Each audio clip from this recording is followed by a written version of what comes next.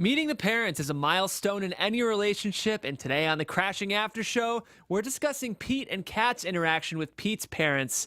You know, some could say it went okay, some could say it went terrible. We have all of our opinions coming up right after this. You're tuned in to AfterBuzz TV, the ESPN of TV talk. Now, let the buzz begin. Ladies and gentlemen, welcome to the Crashing After Show here on AfterBuzz TV. As I just mentioned at the top, we will be reviewing Season 3, Episode 5 of Crashing.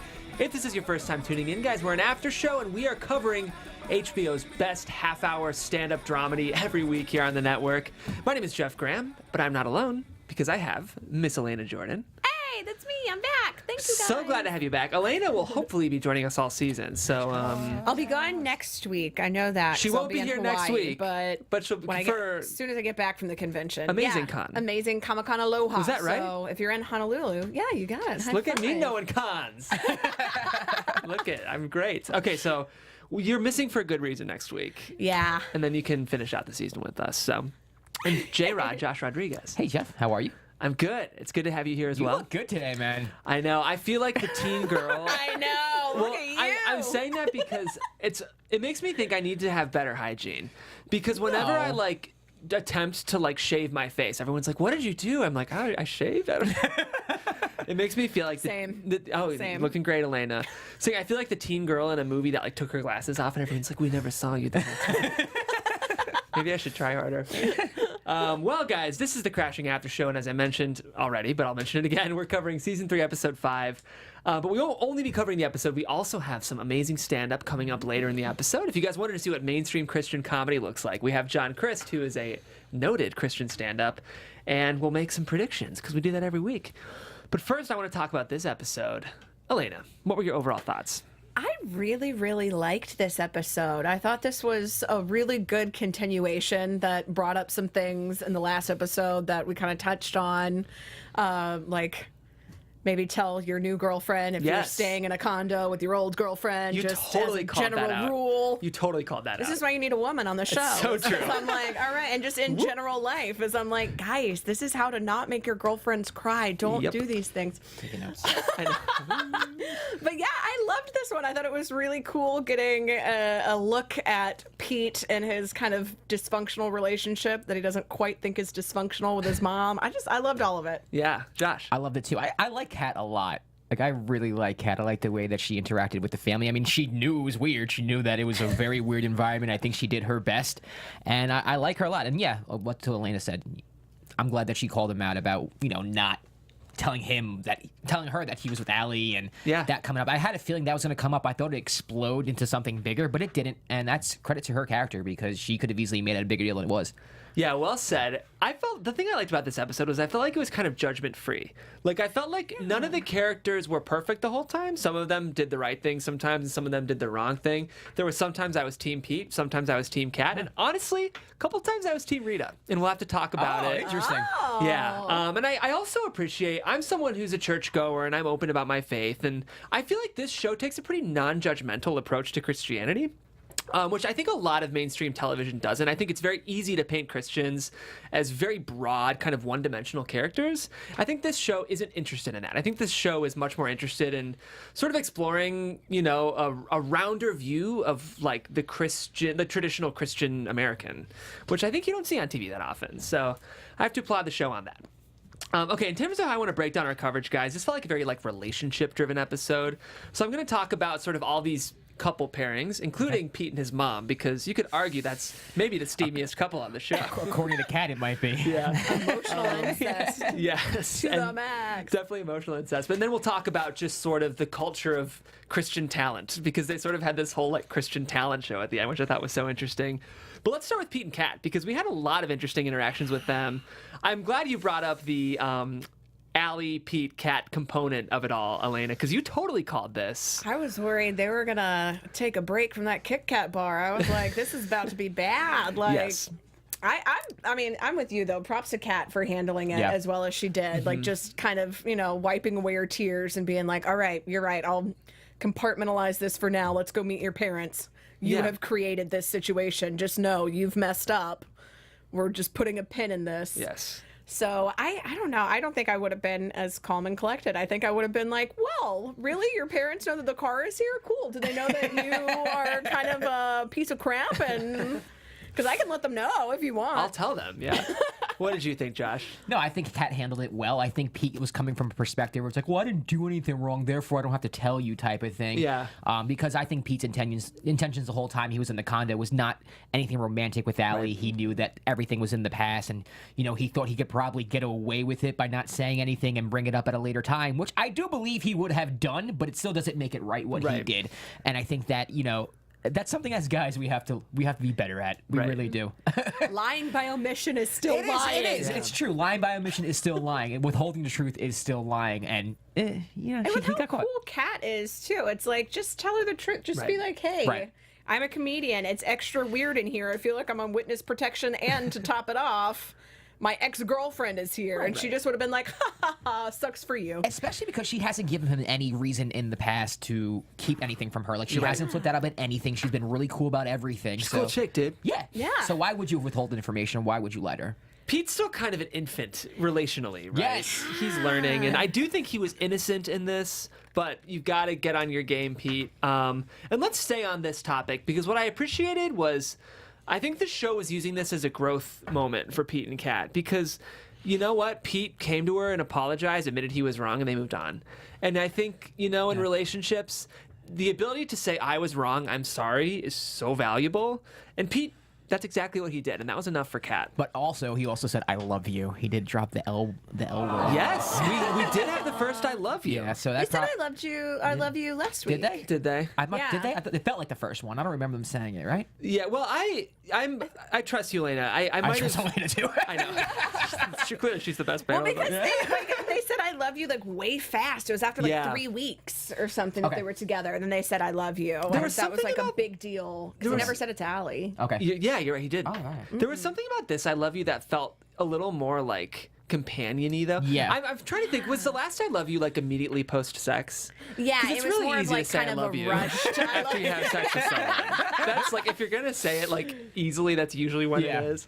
Well, because that one was more of like an I love you in the like, I have a whole rush of norepinephrine and dopamine and serotonin. It's all influx. Whereas this is more of like an I understand you, I appreciate you type love. Yeah, a post-argument. We only have one word for it, so it causes complications. We need more. That's true. Though. Like a post-argument, I love you is way more, I think, companion. It's like way more of a partnership, I love you. That's like a deep, in ways you could argue that the I love you that comes after conflict is an even deeper I love you than an I love you that comes after sex.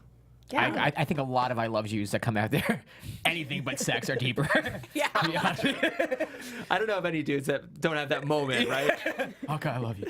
I just met you. He's like, I mean, I love that just happened and you were here and I wasn't by myself and for I it. existed during it. Well, let's jump. We'll come back to Pete and Kat because we need to throw in their parents. Elena, you are newer to the show, which is exciting because it's fun to get your sort of new hot takes on the show. How do we feel about Rita? And how do we feel about Pete and Rita? Rita. The Norman Bates. Yes. Oh, good call. Yes. Good call. Yeah, just 100%. Like, I'm with Kat, like, oh, you could have warned me about your mom's lap sitting policy. I'm like, yeah, if I was dating somebody and I went to go meet their parents and was like, it's weird. You're a lot more affectionate with your mother than your mother is with your father. And also, I think your dad's losing it, probably because of this. Yeah. Do you guys think Kat was right to call out the intimacy as blatantly as she did? Absolutely. I think it's awkward. You know, if the roles were reversed, I would say something. Why wouldn't you say something? Especially if you think it's unhealthy. You're looking at this person as a future partner, probably husband. This is something you need to address. You don't want mom showing up in a wedding dress at your wedding. Nip it in the bud right away. Nip it in the bud. We'll be talking more about nipping later in the show. Oh, yeah, that was... Hey! Thank you. Props for that one. I liked that one. Thank you so much. What I have to say, though, is this is an example where I think Kat was right to call out Pete and Rita. But to play devil's advocate, I feel like she could have handled it a little more gracefully. Because I do think, like, you need to be sensitive to parent stuff. Like, you know, there's this thing called like cleaving, where it's like as a guy you like leave your mom and you like leave and cleave to your new wife. It's a very like Christian term, so I'm sure Pete Holmes would know what I was referring to. But I think like Love it or cleave it, man. Yeah, exactly. Nice. Love it or cleave it. Hey. But I think there's a way to be like, you know, Pete, we've got to talk about you and your mom, rather than being like, this is effed up and emotional abuse. I think like to come out swinging like that might have been a little aggressive. See, No, I'm sorry. no, go ahead. I think she was still angry about the argument in the car. Yeah, I think that's what it is. okay. I think it carried over because you can't just oh my God, what's the word? Compartmentalize. There you go. You can't do that right away. Yeah. I think it transferred over into the house, and then she saw what was going on with him and his mom, and she's just like, this is crazy. Like, I'm in a situation where this is crazy. And then she kind of vented her frustrations from that argument to his mother and his relationship with his mother. I mean, I disagree a little bit because I feel like she handled it. I mean, because in her mind, they've already had this conversation where they're at the high school, and you know, he's talking about like, oh, high school Pete wouldn't like what adult Pete is doing now, and you know, my family's weird, and it's like this kind of thing. So it's already had a little bit of a setup for it, and I think she thinks in his mind he knows that this is what she considers to be an emotionally abusive relationship because it's too clingy. Whereas she feels that he's aware of that, he is like, well, it's not really abuse. And she doesn't go in swinging saying, you know, your mom's a freaking weirdo. Tell her to get off her lap. She's like, you know, I had a really difficult relationship with my mom. It's really hard when a parent is abusive. I don't think she was using it as an attacking term. I think she was using it to relate to him. Like, I was able to overcome my difficult relationship with my abusive parent. You can do the same thing with yours. Okay. But that's when we realize that he's still a little truncated because he doesn't quite feel that that is an emotional abuse. And she has to explain, no, this is emotional incest. It's not good for you. It's not good for your mom. And you're wondering why your dad's kind of weird. It's like, I mean, he's married to a woman that is showing more emotional intimacy with her son than she is with her husband. And even later we have her talking about where she's like, you know, Tom and I don't talk like you and I do. And it's like, well, that's weird. You're his mom. Like, then, like, talk to your husband, you weirdo. Maybe then he won't be like squirrel. Do you think Pete kind of brushed that off, though? I mean, she said that. He kind of was just like, yeah.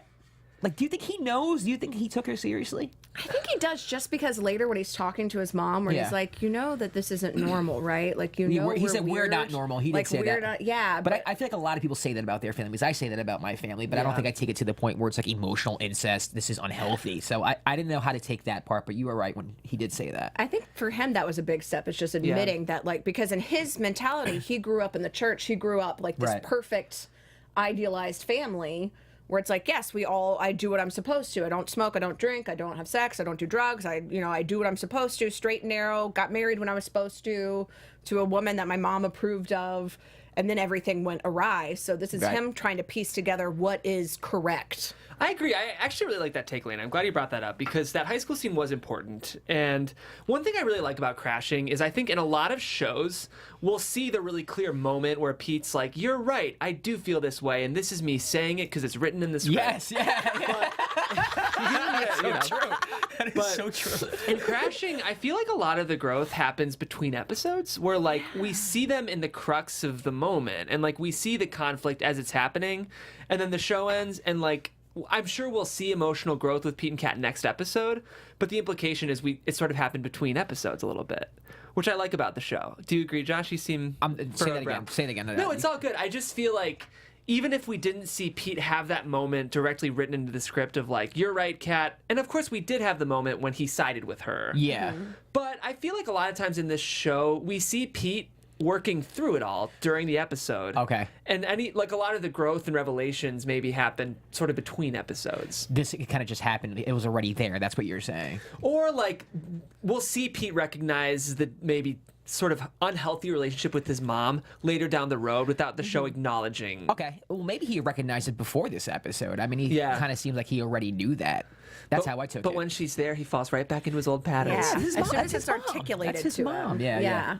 I see what you're saying, though. Like, some of the decisions that he's making now are not the same decisions he would have made in season 1. Yeah. Like, if we took him now and we dropped him back in a similar scenario that he was given in season 1, he would act in a different manner. Well, I think a lot of that's because he, from season 1 on, he's got out of his comfort zone. he's done a lot since season 1, and he's been a man. I don't want to say he wasn't a man before, but he's basically a new man now who's been outside of his comfort zone, who's taken chances, who's been on his own, and I think that helps a lot in your decisions when you don't have to rely on mommy anymore. Right. Yeah. Well, I want to move on and talk about Kat and his mom, Kat and Rita, because this was tense. If we want to talk about the show, briefly meandering into cringe comedy territory, this is when it was doing it. So we're going to go over each Kat and Rita interaction and decide whether we're Team Kat or Team Rita. Okay, let's do it. So I want to hold I know, up we need signs. Let's start with Kat telling Rita that she thinks Pete's evolved spiritually. Team Kat, Team Rita. Because Rita was kind of pushing back on that one. I feel like that. Can I be neutral? Sure. Because I feel like Kat was doing that to prove a point, and she didn't necessarily have to do that. But at the same time, I feel like Rita was pushing. I don't know. To me, it's like it was on Team Rita. Okay. I think it was a little unnecessary. She didn't have to do that. If Pete's having his own spiritual awakening, let Pete have that conversation with his mother. You don't have to force it down Rita's throat, type of thing. You know she's an evangelical. You know she's a Christian. There's no need for you to spring that news onto her. It's not your business. It is your business, but it's not necessarily your news to report. I think in this one I would be more on the neutral side, but I think leaning a little bit more towards Kat, because I agree that it wasn't really her place to bring up, but it was a result of his mom saying, it's so great to have him, his calling, his purpose. And she's like, yeah, it's great that he's doing Christian comedy because that's great for his brand. And then she's like, well, it's not his brand, it's his purpose. And she's like, no, I'm looking at the actual logistics of this. For his spirituality, that's great, but his spirituality doesn't pay the bills. Right. He was on people's, literally crashing on people's couches for a long time. Like, he's going in the right direction. And like she says, we're both saying the same thing, just with different words. Right. She's never trying to make Rita feel that, she doesn't try to attack at any point. I just think it's kind of too early in their relationship to have that conversation, to be honest with you. I feel like it was a little too quick, or a little too Kat does snarky. everything quick. Yeah. She sure does. Nice to meet you. Let's go bang in a dressing room, and then in a bathroom, and then I'll say I love you. And they do move quickly, Kat and Pete. What do you think, Jeff? I think I'm actually a little Team Kat here. I think I don't know if Kat handled it right. Here's what I'll say. Like, logistically, I'm not necessarily on Kat's team, but intentions-wise, I'm definitely on Kat's team. I think Rita was being a little close-minded here, and I really think Kat was trying to have a nice conversation. Like, I don't think... I sort of do, because as someone who grew up in a family similar to Pete's, a more open-minded, new-age spiritual types, when they're trying to, have conversations with kind of maybe... I don't want to say close-minded, because it sounds demeaning, but, like, maybe those with a more... worldview with more blinders. I think she was trying to connect with Rita there. Like, I think she was trying to have a nice conversation around spirituality without realizing this was not the way in. Like, she's never met a Rita before. So I think in another family, this conversation is a way to connect. And in this case, don't talk. That's not what you say to a conservative evangelical Christian. Got it. That's my take. Yeah, I feel like Rita was kind of looking at it, whereas Kat was like, spirituality is a type of religion. This is just an adaptation of his religion. Whereas Rita was hearing, he's not religious anymore. He's my version of spirituality, and I am the ocean, and we are all one. And this is like, Rita's like, you're not God, honey. You think you're God. You're not. Like, that's a horrible thing to say. Like, that's a very inflammatory thing to say to somebody who is... the Holy Trinity. You don't say, well, I think I'm God, but I think you're God, and I think we're all God. And it's definitely that's just triggering for someone who's a super conservative. I get like what she was trying to say, but I think she did do a good job of kind of steering out of it, though. Me too. I think we're trying to say the same thing. I agree. Yeah. I liked this episode because I think it wasn't judgmental toward either side. It just kind of showed us, and the fact that we're not in total agreement here shows that I think the show doesn't have a specific angle on how we're supposed to see these scenes. Okay. Rita calling out Kat for the braless decision. Team Rita, Team Kat. Team Kat. 100% Team Kat. Yeah, 1,000% Team Kat. Team Kat. Like, I'm at a comedy show in a church. Yeah. Cover up your boobies. She's like, I'm here to support my... What? Jeez. Like, that was 100%. That was just attacking. Okay. Here, though, I think I'll bring it up. Okay. So, Kat sneaks into Pete's room and deliberately has very loud, vocally orgasmic sex. Team Rita or Team Cat? Team Rita. I mean, I think it's hilarious that Kat did that, but respect the house. I agree. Respect the house. Yeah, that's the one that I'm like, ooh, Team Rita, Team Rita. Yeah. And not even like Margarita, which is normally the only team that I'm about. I'm like, good Team yeah. It is funny, though. A different kind of salty. It's hilarious. And if I was Pete, I would think it's hilarious, too, if my girlfriend did that. Obviously, because A, I just got laid, and B, it like teaches my mom a lesson. But you can't be Team Cat in that situation.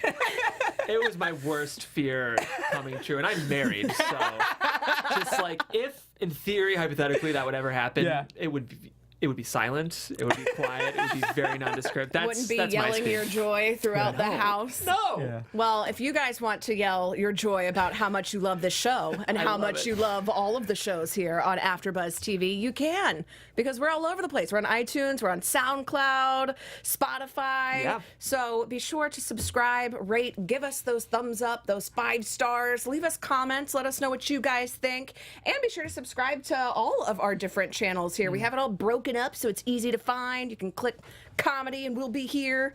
Sci-fi will also be here. Yeah. See the same shows. All of it. I love it. Yeah, there's so many. So you guys help us out. Give us those comments. 5 stars. 5 stars. 5 stars. Thumbs up. 5 stars. And guys, we're really pushing iTunes right now, and I think our iTunes podcast could use a little love right now. Right? So I it would agree. mean so much if you guys could hop on iTunes and give us those 5 stars, like they mentioned. It's easy, and it actually, the effort you're putting in versus the amount it helps us as a podcast is. It's a really good ratio. So iTunes will kind of bump up our podcast if we start to get Right. some more ratings. And we love this show just as much as you. And everyone knows that more people need to be watching Crashing. So you can help the show and our podcast by hopping on iTunes and giving us those 5 stars. Okay, so post-coital, Kat comes downstairs. Well, first of all, the best line maybe of this season for me comes from Rita. She says, I have it written down because I want to say it exactly as was written. She goes, she was faking it, you know. And then she says, a mother, no. That was so I cringe. lost it. Oh, it was so cringe. Rita! It's like, Oh, it was so cringe. I bet Rita's kind of freaky, though. Oh, she absolutely is. They say the quiet ones are, or the more spiritual ones are. I wouldn't know personally, but oh god, I Yeah. feel like that's the only reason Tom's still around. Yeah. Like, It's a good God. point. well, there's, oh God, Tom. Tom. And then Kat comes downstairs and is, complimenting Rita on the breakfast, but Yeah. she's using her hands, and I'm Team Rita here. Yeah, very arrogant. It was like very arrogant. Pretty It's like, rude, I like, think, she to knows the- what she did. But she Kat's knows- pissed. Yeah. Yeah. Which she should be, And I will say, jumping back to Pete and Kat real quick, I'm going to jump back to their relationship real quick. Pete really did the right thing here by standing by Kat's side. I think so, It's too. a huge moment for him. I think that if he had not, that could have been the end. Yeah, that would have been the end, I bet. think so. I think Kat would have been like, you don't have my back. Like, Yeah. you lied to me and you're not supporting me. Definitely. So I think that moment where he kind of grew a pair, I mean, this is probably the first time he's talked back to his mom Mm-hmm. ever. Milestone moment. Yeah. So it'll be interesting to see. I don't know if we're going to get more Pete's parents and Kat, but it definitely creates for good television. Last thing I want to talk about is just kind of this, the Christian entertainment scene. Are we not going to talk about Tom? Oh, yeah, we'll talk about Tom a little bit. There's really not much to say about Tom He except loves Rita and Tom. squirrels. Rita and Tom. Okay, do you guys think Tom is like that something is not quite right? Like, I kind of think like maybe he's like early stages of like yes. dementia. No, I'm actually with you on that. I was going to say that. Yeah. and that they just don't even care. Like he's Yeah. just there, and it seems like they're aware that something's Wow. off, but Yeah. like because she doesn't have this actual emotional attachment with her husband like she should, she's not picking up on it. Like when Damn. when there's somebody on stage singing Eye of the Sparrow and people are crying and he's like, the molding in here is just great. Yeah. It's like that's not Yeah. like it's something beyond just, oh, he's quirky. It's like it seems like no, he needs help and you Yeah. guys are intentionally neglecting it. It's a difference between disconnected and being disconnected. He's out there. I don't know. I like that take. It's an interesting one, and let us know in the comments what you think. I think it's more just an emotional detachment. Like, I think he's just lost because there's been such a loveless marriage between Rita and him. I think he's just kind of, look, there's a squirrel. Like, he's just kind of lost interest in being alive. Such a That's sad really thing. sad to yeah, say. that is Yeah. sad. I mean, like, but he's getting paid in canoes for work. And there's like Dad, no where's the water water? around. Yeah, it's like was this funny. is like a really weird thing. Like, there's like Somebody reach out to Tom. He's Tom needs having some a help. rough time. Tom's having a rough time. I will say, Pete talks about his parents on his podcast, and this show's semi-autobiographical. Yeah. And you can kind of smell the real Pete's dad in the way Tom is portraying, especially the, hey, Peter. Like, it's just, Peter always talks about how his dad tries so hard to connect with him, but they just could not be more different. Yeah. Well, I love that they both have the kind of dad jokes, though, it's when true. he's like, no, Mr. Holmes is my doctor. Just, like, no, just a coincidence. Just yeah, it was good. I loved that. I was like, aw, Pete, played you're for like me. your little weirdo dad. Your little weirdo dad. Well, let's talk about this Christian kind of comedy scene. Again, I felt like there's a version of this where all of these, Christian comics are caricatures and sort of maybe, like, I don't want to say dumb, but maybe like simple. I feel like we got a variety of them. Like, I felt like Fudge was a good dude, right? Yeah. And I thought his stand-up was funny about the Wi-Fi Funny, in you heaven. most devoted gentleman, Yes. entertainer. Yeah, I love that. And the bits with the ventriloquist were funny, I thought, how the ventriloquist said amen during their prayer. But what I liked was once we got into the talent show, I felt like we wanted to, like, that girl singing Eye of the Sparrow was really moving, and everyone, even Kat, was super moved by that performance. So Was Tom. He was moved to look up at the molding. very good. His neck was moved. But I just thought this was interesting. I thought this was, like, not the way a typical show would handle this. I don't know what you guys thought. What do you mean by handle this? Well, like, I think in, like, maybe, like, The Big Bang Theory, it would be, like, really bad comedy. Oh, okay. I see what you're saying. I see what you're saying. Because, like, how could a Christian ever be funny? Or, like, this isn't real comedy. It was just a show. It's like, hey, listen, Christians they put on the same type of shows that you go to Yeah. on any other day. Yeah, I agree with that. And I think that's what you said earlier about this show. It's that they handle the religious aspect of the show with respect, actually. I think it is respecting Christianity. I've actually been to a few of those shows, like, growing up. I mean, I wasn't really religious, but I've been to, like, all-nighter events, and they're exactly what that is. It's just any other event, just with a cross behind you. That's all it is. Well, did you guys like the stand-up? Did we like the Wi-Fi? It was cute. I mean, it was okay. I feel like it's the same like level of comedy that they've shown on the show in clips Yeah. before. Like, it didn't feel like it was degrading the comedy in any way, which I No. really, really liked. And I liked Pete's bit on Lazarus. I thought that was funny. And Now seeing I've a gotta little break bit up of with what my he had girlfriend. used, like at the synagogue, but Yeah. like now adapting it. Like, Right. it's cool to see too the progression of his comedy and how he's making the revisions of making it a little bit better, which I think is such a testament to the writing on this show, Yeah. that they're able to literally rewrite a fictional comedic set Right. to then show the comedian's progression. Right.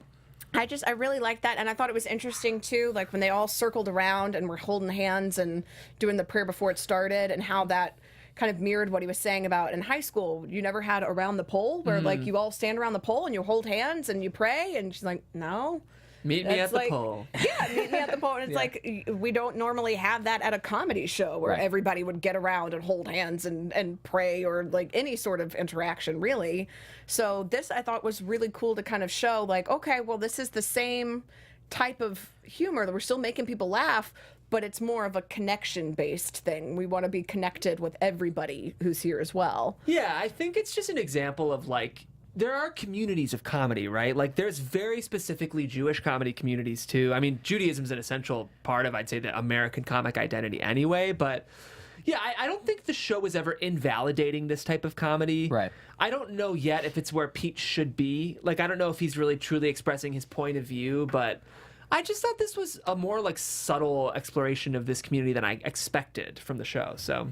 I thought it was interesting, too, that we've seen Pete in all of these different environments, these different types of comedy, like his NACA tour that, like, I used to book for NACA for when I was in college. Cool. And so we would go and we would watch all the different comedians. And it was a thing where it was like, okay, you may not pick somebody who's makes you laugh the hardest. Like, Allie was really clever and really Right. funny. Right. But there regulations within the student body that you have to, and within the association that you have to abide by. Right. So he was able to play within the rules and still make something really, really funny. And then the same thing with this, where he had been told, you know, don't do real comedy, don't do Christian tours. He's like, no, I can still play within those rules. I can play within these limitations and do a clean set and still have it be funny, just because I'm not going to be inflexible and refuse to change my set. That's a good thing. That's not a negative thing. Right.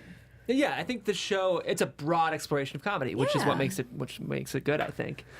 Okay, cool. So any last thoughts on this episode before we move on to some of our segments? I just liked it. I liked it Me too. I'm interested to see how him and Kat are going to progress from here on out. I wonder how much more Rita we're going to see as well. I enjoy Pete's parents. I forget the name of the actress who's playing Rita, but I really like her on this show. It's really good. It's nice to see older actresses being funny. You know, I feel like a lot of times I think the diversity of parts for older women can get kind of limited. So to see like a spunky, very opinionated, cheeky female character who's written to be older is really refreshing. Yeah. And this actress is really knocking it out of the park. Yeah. This show is just perfectly cast. It's really well cast. I totally agree with that. Okay, cool. Well, let's go ahead and move on to our special segment, guys. As you know, every week we bring you guys a stand-up, and we actually found a stand-up who's pretty popular and prolific in the Christian comedy community. So let's watch John Crist right now. Yeah. Oh, we're thrilled to be out here, you guys. Tim's going to be here out in a little bit. My name is John Crist. I'll be your host. No applause for me. Okay, that's cool. Oh, yeah. Get to Hawkins. Okay, everybody. Most important thing you need to know about me, you guys, I was homeschooled. Sounds right. Yes. It checks out. Yeah. Checks out. Hey, listen, a lot of people make fun of homeschool. A lot of people make fun of homeschool. I don't, okay? To me, it was like the goodest thing that ever happened to me.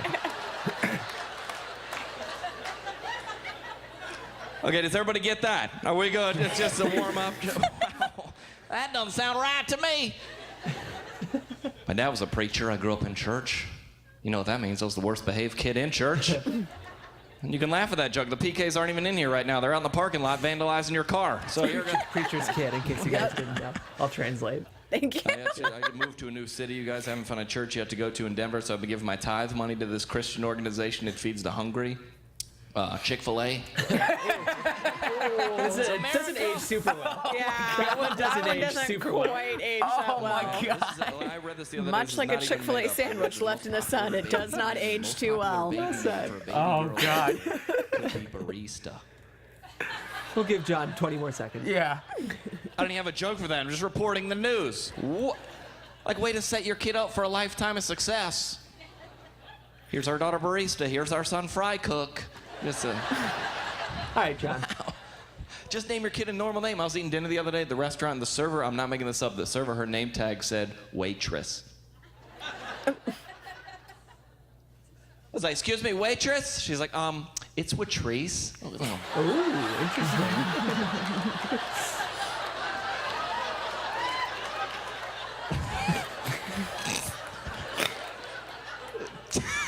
Just name your kid a normal name. My parents named every kid in our family a Bible name. Parents, you gotta stop doing that. I don't love like the normal Just 'cause you name name a kid a jokes. Bible name doesn't Yeah. mean it's gonna be I think appropriate. I'm losing John. I'm losing him a little That's bit. right. I liked how we started, and you know what? He started strong. He lost me at Chick-fil-A. He lost me at Chick-fil-A, And then the names. The normal. I don't know about that. I think there's a fresher take on that joke, personally. But if you guys love John Crist, to each their own. I'm a big advocate of comedy subjective. So It is very subjective. That is true. well, I don't have any news this week because it's been a slow week for crashing news. But I do have some predictions. So let's go ahead and get to that. And now, your AfterBuzz TV predictions. Let's start with Josh because we started with Elena for overall thoughts. I mean, I keep beating a dead horse, but I really feel like there's going to be more to Kat and Allie. I feel like Yeah. that's going to be a major conflict in this whole season because I'm trying to figure out where the conflict's coming from, and I don't really picture his parents being around in too many episodes. He seems to be doing fine in his comedy career, so maybe something happens where he starts to struggle comedic-wise, like he's not going to find gigs, or maybe this Christian tour goes wrong. Something has to happen, but the only thing I can see happening right now is something with Kat and Allie and him having to convince Kat that he's really with her and is past Allie. Do you think he is past Allie? Yes, I do. Okay. Yeah, I think they had like the little coming up on like Ooh, I just a didn't little watch it. bit. Ooh. Was there some good stuff? You can tease it here because I'm sure our fans Yeah, have seen I it. mean, it was literally like 10 seconds, but Yeah. basically it's Allie's show. She's going to be on late night, Oh, right. and the That's comics are all going to gather around to watch it. And he's kind of making it sound like Kat isn't really welcome there. He's like, it's a comedian thing, it's a comics thing. So I think that that's going to be a situation where Kat feels because she's not part of his comedy world, that means that she's not as intrinsic to his world as she actually is. Oh, good. So I yeah. can see that being the potential issue, even if it's like an ally friendship thing, just not having that layer that they're able to connect on. Yeah. Having some problems with that. Yeah, I like that because for a while it's been refreshing that she's out of the comedy community, but there will come that inevitable time when it's a wedge rather than a bridge. Yeah, because right now we're seeing them on tour where like he would have been alone, and what we saw like his NACA tour was kind of depressing, and he was just really wanting anybody to be there. Now he's all excited because his girlfriend's there. But what happens when they go back to the Comedy Cellar and they're not in the audience? Like they're not there as just watching. Like he's trying to connect with these comics more. Because we've already seen that she doesn't quite, like she's pushing them in the right direction. But yeah, she doesn't really know the rules. Yeah, well said. Okay, I think, so Pete's going on this Christian comedy tour. I hope, and what I would like to see is him start to edge into bluer material in front of a Christian audience. Because I love when Crashing gets into that cringe territory, and to watch him, push some of his edgier material in front of a bunch of Christian, like very traditional Christians, I think would be very funny.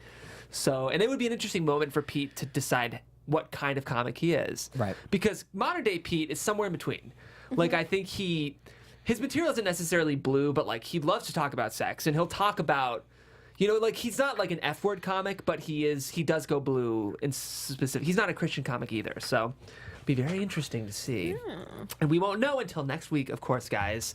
Sunday night when we'll watch it, and Monday afternoon when we'll cover it. So in case you guys are listening to the podcast, we want to encourage you to join our live YouTube after show. We go live on the AfterBuzz TV comedy channel every Monday at 5 p.m. So check us out there. Elena will miss you next week. But thank you for being here. I know you'll probably be swamped, but if you catch the episode and you want to send in a little video of your reaction, we will run it on the air. Yeah, we will do that if you want. Josh, where can they find you online? I am on Twitter and Instagram at Josh_Rodriguez_. Elena? I am on Twitter at Alana Jordan and on Instagram at Elena J. Jordan. Guys, you can find me on Twitter at Jeffrey C. Graham. I say it every week, but if you want to watch my reactions to ABC's most popular show, I will be covering that tonight. But if not, we'll see you next week, guys, here on the Crashing After Show. Thank you for tuning in. Our founder, Keven Undergaro, and me, Maria Menounos, would like to thank you for tuning in to AfterBuzz TV. Remember, we're not just the first, we're the biggest in the world, and we're the only destination for all your favorite TV shows. Whatever you crave, we've got it. So go to AfterBuzzTV.com and check out our lineup. Buzz you later. The views expressed herein are those of the hosts only and do not necessarily reflect the views of AfterBuzz TV or its owners or principals.